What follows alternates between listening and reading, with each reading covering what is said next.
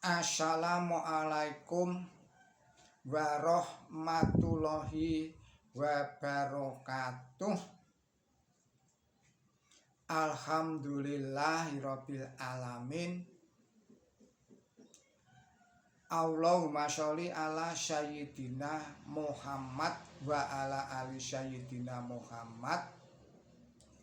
Kama barokta ala sayyidina Ibrahim wa ala ali Sayyidina Ibrahim fil alamina innaka hamidum majid.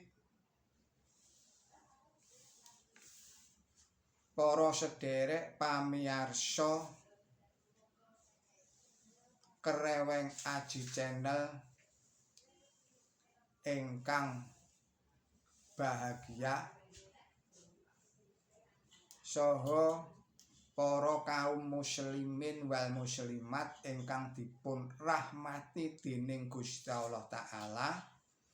Monggo kita midhangetaken kajian surat Al-Baqarah ayatipun ayat 60 ngantos ayat 63.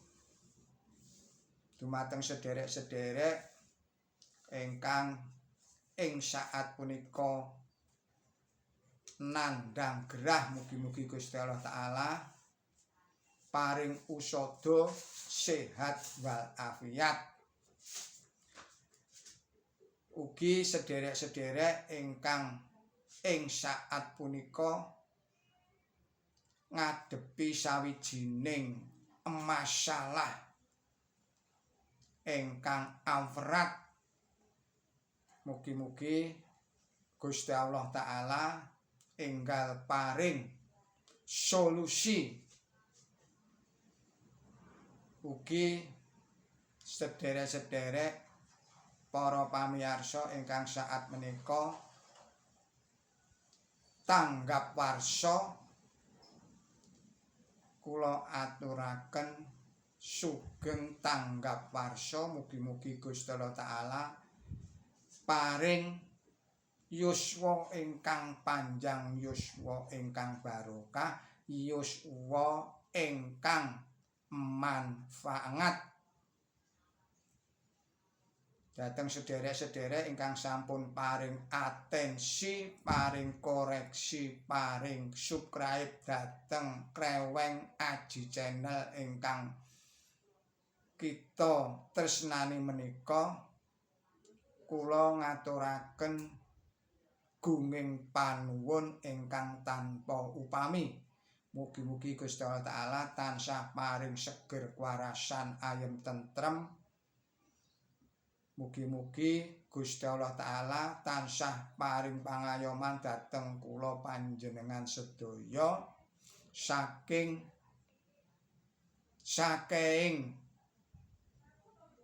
bebaya tuwin saking fitnahipun Dajjal Ya'juj saha Ma'juj. Monggo kita lajengaken kajian kita sedaya menika. Bismillahirrahmanirrahim. Innal ladzina amanu wal ladzina madu wan nasyuru wasayna mal amana billahi wal yaumil akhir wa amila sholihan falahum ajruhum inda rabbihim wala khawfun alaihim wala humul yahzanun.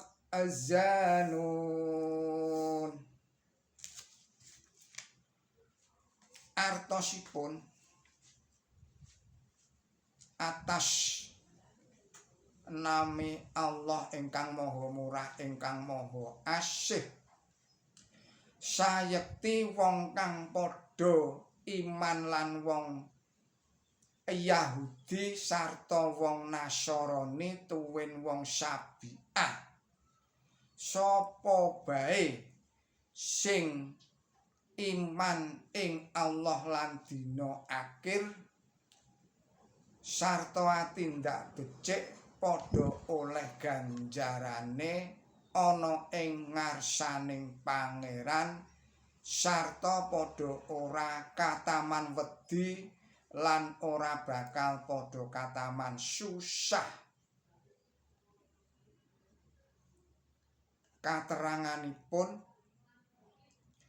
tiyang Sabi'ah punika kasebataken wonten ing dalem Quran suci ambal kaping 3. Ing ayat punika ing ayat nomor gangsal inggih punika surat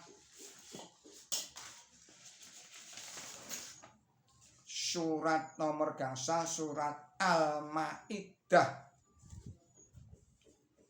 Ayatipun ayat 29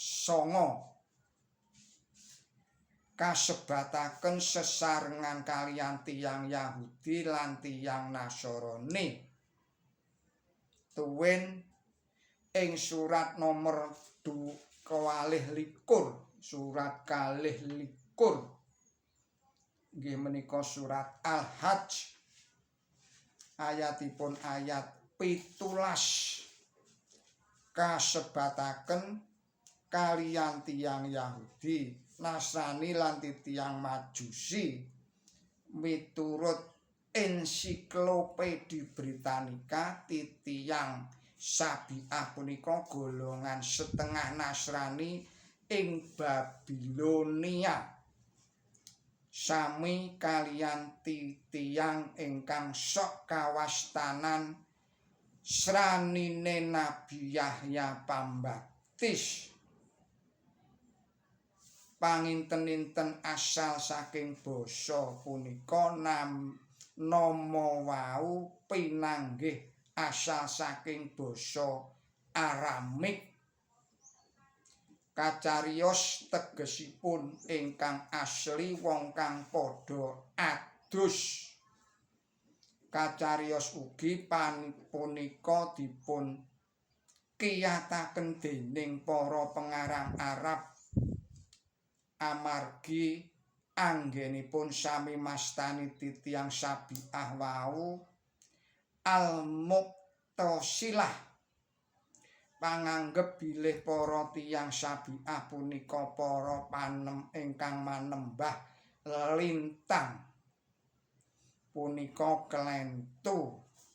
Kacariyos klentunipun wau dene cawuh kaliyan tiyang Sabi'ah tiron ing harian ingkang nalika jaman paprentahipun Khalifah Al-Ma'mun ing taun Masehi 830 sami nedha dipun namekaken tiyang Sabi'ah supados saged kagolongaken ewonipun tiyang ahli kitab. Para mufassirin sami beda-beda pamanggihipun ing babagan tiyang Sabi'ah kala wau. Ingkang kathah sami sarujuk mastani bilih tiyang Sabi'ah punika tiyang ingkang ngangge agami setengah Yahudi setengah Nasrani. Adhedhasar pangandel tauhid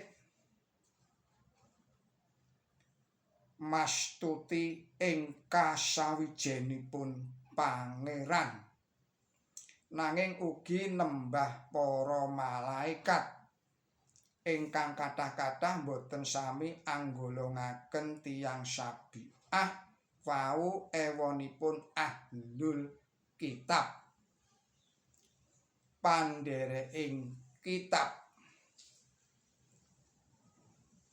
Keterangan salajengipun ayat punika nyirnakaken panganggep bab wontenipun umat utawi bangsa sinelir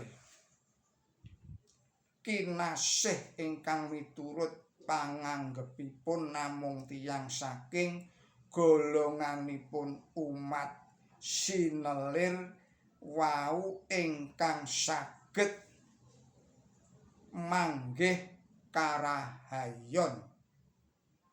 Bab punika katerangaken ing ngriki kangge anedahaken bilih senadyan tiyang Yahudi pisan ingkang jalaran saking anggenipun sami murang yekti pantes nampi bebenduning pangeran punika ugi taksih saged angsal ganjaran ageng menawi sampun purun iman utawi angestu tuwin purun nindakaken pandamel ingkang sae.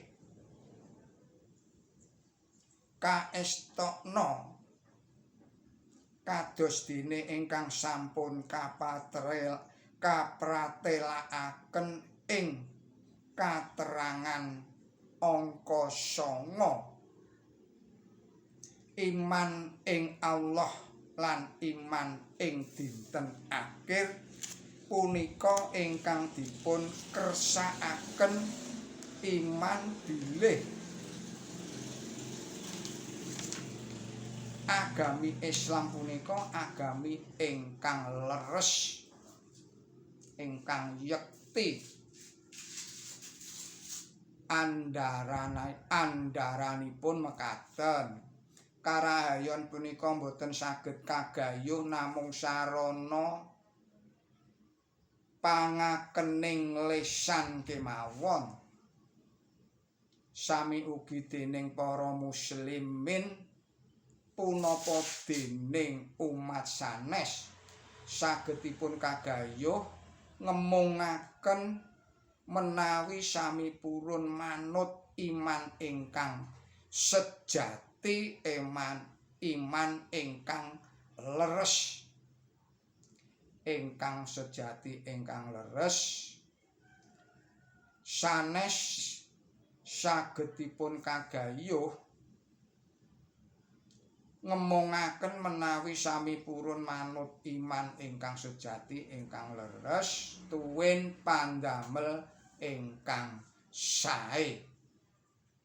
Wondene para ingkang sami anggegeki agaminipun piyambak-piyambak punika kadhawuhaken ing surat nomor 21 nggih punika surat Al-Hajj ayatipun ayat 17 bilih ing dina kiamat Allah bakal amancasi antarane dheweke prakawis wontenipun titiyang utami ing agami sanes punika boten dipun akeni dening Quran suci nanging karahayon ingkang sampurna inggih kawontenan tentrem ingkang sampurna ingkang katembungaken uwal saking susah lan saking raos kuwaos punika namung saged ginayuh ing dalem agami Islam piyambak jalaran inggih namung agami Islam piyambak agami ingkang sumarah ingkang ambabar misani dhateng pangeran punika. Kita lanjutaken candhaipun ayat 23. Bismillahirrahmanirrahim. Wa id aqadna mitsaqakum wa rafa'na fawqakum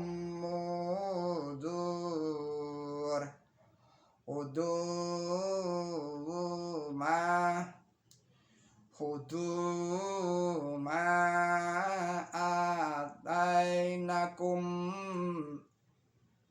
biquwati wadhkur wa qulu ma fihi la'allakum tattaqun. Artosipun lan nalikane ingsun amundhut prajanira kula ambali malih lan nalikane ingsun amundhut prajanjinira sarta ingsun andhawuhake gununge angungkuli sira padha cekelana kalawan santosa apa kang wus ingsun paringake marang sira sarta padha elinga apa kang ana ing jerone darapun sira padha kareksa saka ing ala. Kateranganipun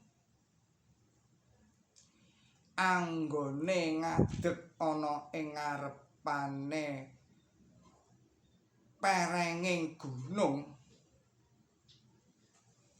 menika wonten ing surat Pangentasan pasal 19 ayat 17 boten wonten satunggal punapa ing dalem dawuhing Quran ingkang ngiyataken cariyos tanpa waton bilih redinipun gumantung ing awang-awang ing sanginggiling sirahipun tiyang Bani Israil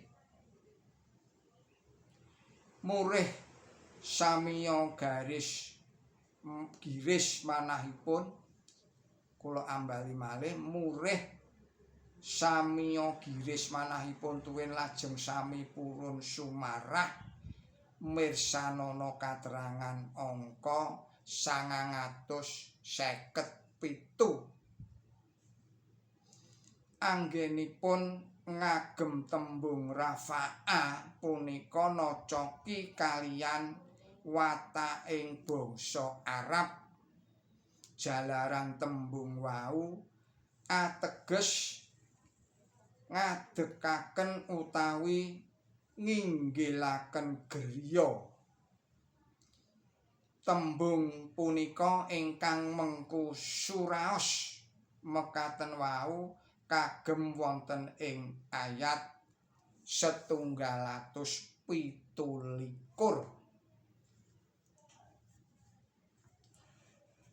Mekaten para kadang pamiyarsa sedaya ingkang sami midhangetaken Kreweng Aji Channel